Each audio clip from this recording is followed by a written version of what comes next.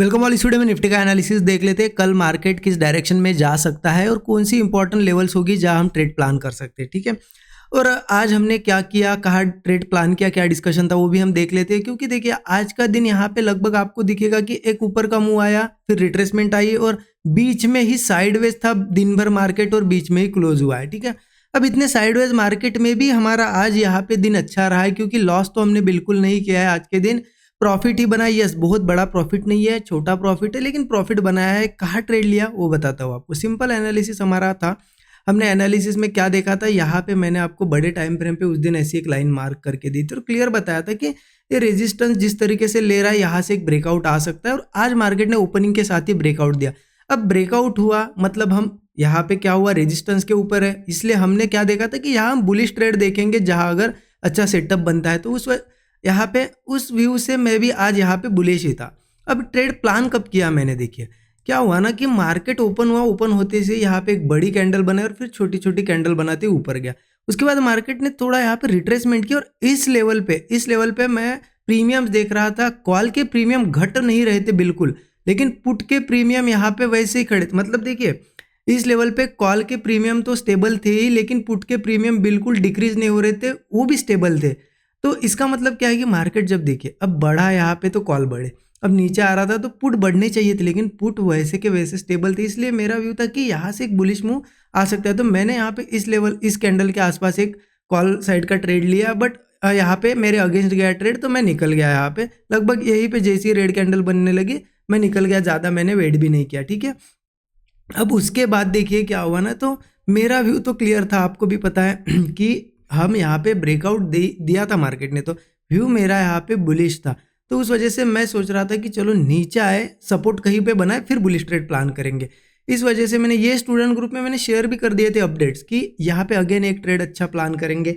और मार्केट ने यहाँ पे क्या किया, होल्ड करना शुरू किया। तो इस लेवल के आसपास देखिए, यहाँ पे मैं आपको थोड़ा चार्ट बड़ा करके दिखाता हूँ, समझ में आएगा आपको।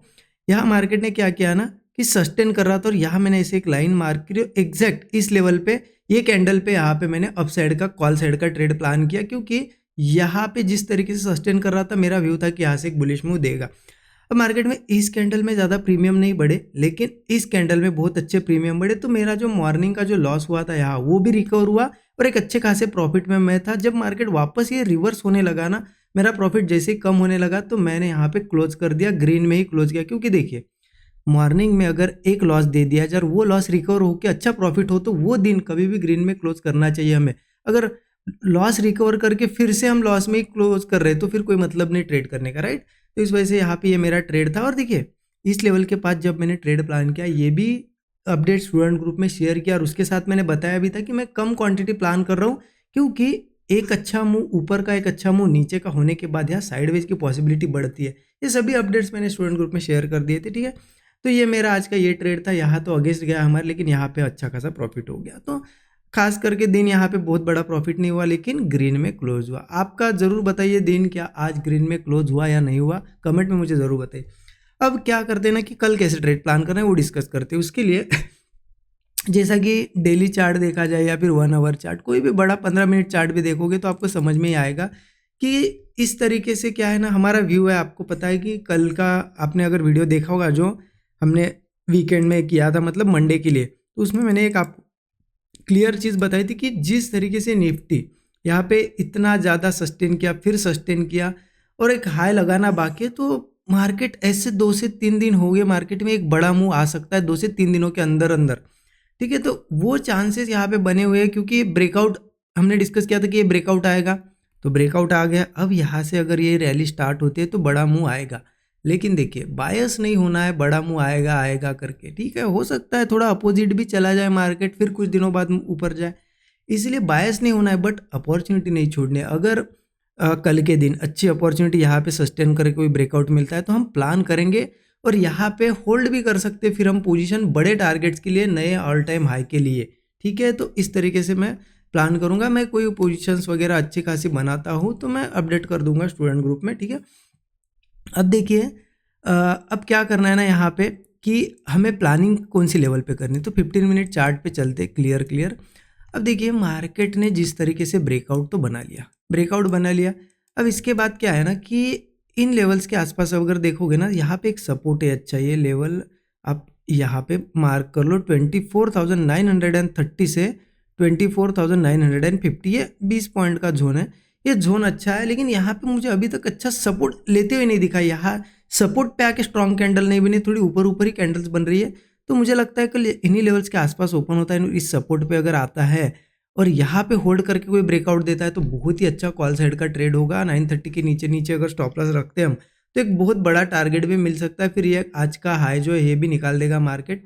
अब मेरे टारगेट तो वैसे निकल के आ रहे हैं ऊपर के 25,170, 25,370, ये टारगेट्स या फिर ये रेजिस्टेंस निकल के आ रहे हैं। ज़रूरी नहीं है यहाँ से आप इतना बड़ा टारगेट लो 200 पॉइंट 300 पॉइंट। स्टॉप लॉस के हिसाब से अगर 25-30 पॉइंट का स्टॉप लॉस है, 100 पॉइंट का मूव भी 1:3 हो जाता है, तो आप 1:3 बुक कर सकते हो।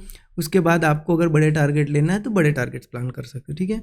ये तो हो गई। चलो, अगर फ्लैट ओपन होता है सपोर्ट पे मिलता है तो, अगर गैप अप भी ओपन होता है, देखिए गैप अप यही कहीं मतलब छोटा सा फ्लैट या गैप अप होता है और यहीं पे सस्टेन करता है, तो हो सकता है ऐसा एक ब्रेकडाउन देर सपोर्ट पे आए, हो सकता है सपोर्ट भी ब्रेक हो, तो यहाँ पुट साइड एक ट्रेड ट्राई कर सकते। कैसे? लेकिन अगर मार्केट यहाँ ओपन हुआ, सस्टेन कर रहा है, बार बार सपोर्ट्स के पास ही आ रहा है और कोई ब्रेकडाउन बना रहा है, तो पुट ले सकते हैं। क्योंकि थोड़ा बड़ा गैप अप होता है ना, तो मुझे नहीं लगता कि पुट साइड का ट्रेड अच्छा रहेगा।